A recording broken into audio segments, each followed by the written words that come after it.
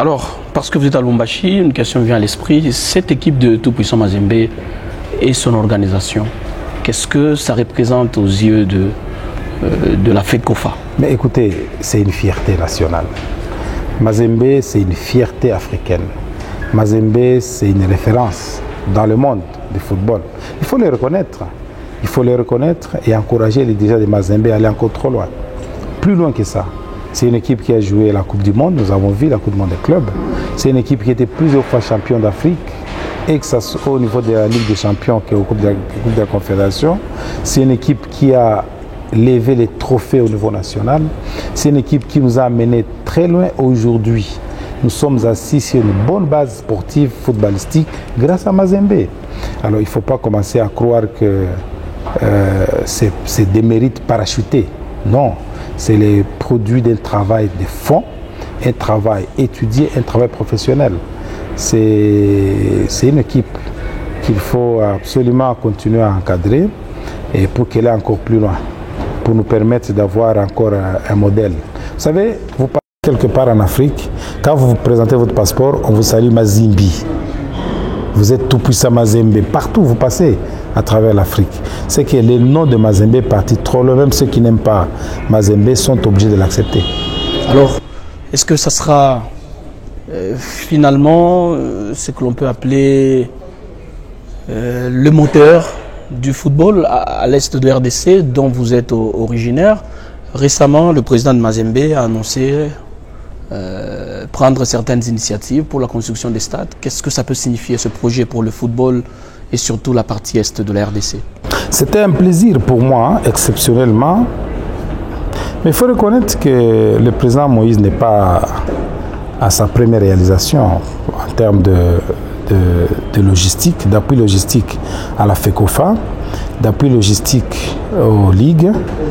Et il n'est pas aussi à sa première réalisation pour ce qui concerne les constructions de terrain. Je me rappelle que quand la FIFA et la CAF ont accédé à la demande de la FECOFA pour amener des terrains à l'Interland, nous avons amené un terrain à Goma, on voulait en construire à Bukavu, et à un certain moment nous étions bloqués parce qu'il fallait des moyens propres aussi pour que ces terrains soient réalisés.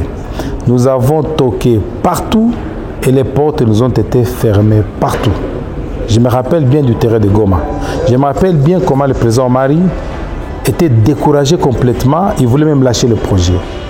Je me rappelle comme hier, quand le président Moïse apprend ce projet-là, il apprend que nous sommes en train de le perdre, il discute avec Omari, on me fait venir à Lubumbashi.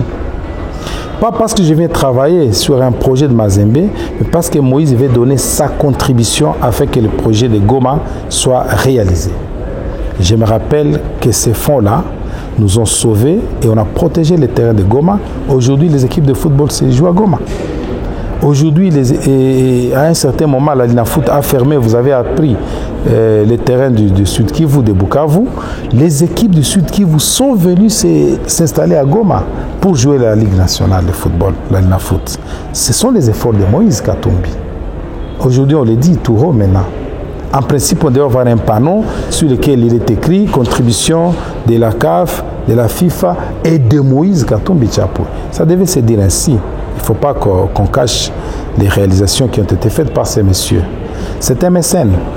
À Beni, il a annoncé qu'il venait au secours de la jeunesse du Nord Kivu. Il a dit qu'il va monter une école de foot.